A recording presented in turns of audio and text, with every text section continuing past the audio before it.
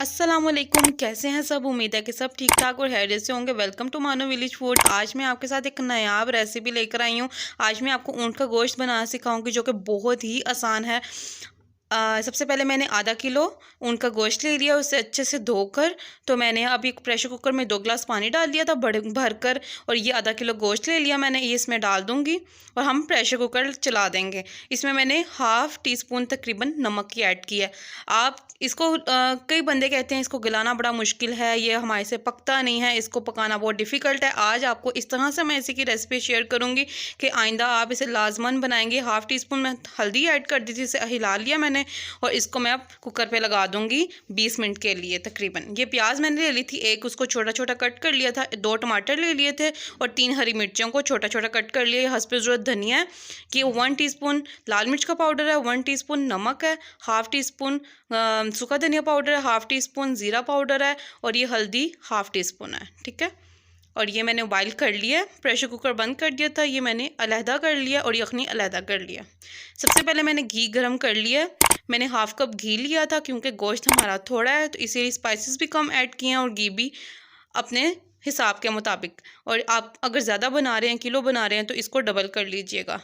चलें जी, प्याज ब्राउन होती है तो फिर मैं आपको दिखाती हूँ। ये देखें 50% प्याज हमारी तकरीबन ब्राउन हो गई है। इसे अच्छे से और थोड़ा सा कुक कर लेंगे, फिर हम इसमें अपने टमाटर ऐड करेंगे। आप इस तरह से मसाला बनाइएगा तो आप बहुत ही टेस्टी बनेगा। अब ये कोई मुश्किल काम नहीं रहा, आपने इसे लाजमी ट्राई करना है और मेरे साथ इसका फ़ीडबैक लाजमी मुझे देना है कि किस तरह की बने। देखिए प्याज ब्राउन हो गई है। अब मैं इसमें टमाटर और कटी हुई हरी मिर्ची ऐड कर दूँगी। अच्छे से इसे हिला लेंगे। थोड़ा सा ये टमाटर हमारा पकते हैं तो फिर मैं इसमें अपने सारे स्पाइसेस ऐड करती हूँ।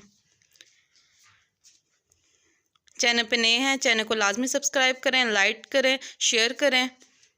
ये देखें जी, अब मैं इसमें सारे स्पाइसेस ऐड कर दूँगी। ये सारे कर दिए मैंने। अच्छे से इसे हिला लेंगे, 4-5 मिनट के लिए इसे भून लेंगे। फिर हम इसमें जो अलहदा करके हमने अपना ऊँट का गोश्त रखा है वो इसमें ऐड कर देंगे।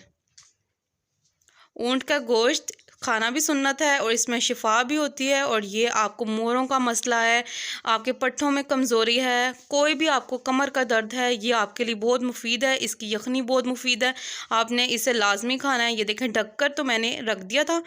ये 20 से 25 मिनट के लिए मैंने इसकी भुनाई की है और इसको दम पे पकाया है। ये अच्छे से मैंने 90% गला लिया था और 10% मैंने यहाँ पे इसे कुक कर लिया। अभी मज़ीद मैं इससे 5 से 7 मिनट और रखूँगी ताकि रच बस जाए इसमें मसाला और इतना टेस्टी बने कि बस इसकी खुशबू से ही आपने कहना है कि इसे खाना स्टार्ट कर दें। ये देखें 1 कप मैंने यखनी इसमें ऐड करनी है, बस ज़्यादा पानी नहीं इसमें ऐड करिएगा। बाकी यखनी आप रख लें, इसे साथ यूज़ करें, पिएँ, सबको घर वालों को दें ताकि जो भी दर्द वगैरह है किसी को भी तो वो ख़त्म हो जाए। सर्दियाँ आ रही हैं तो बुखार वगैरह का भी बहुत मसला होता है।